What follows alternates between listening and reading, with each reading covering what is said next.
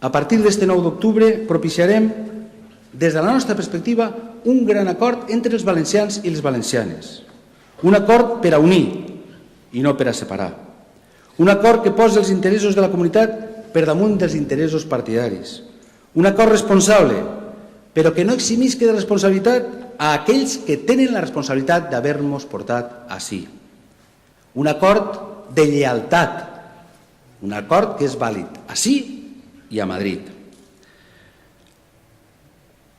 La pròxima setmana, per tant, exposarem este plantejament als agents socials, econòmics i cívics i els escoltarem i dialogarem i oferirem la veu i el protagonisme per encetar una dinàmica d'acord de tots i totes per tal de resoldre dos dels problemes fonamentals que tenim en aquests moments plantejats els valencians.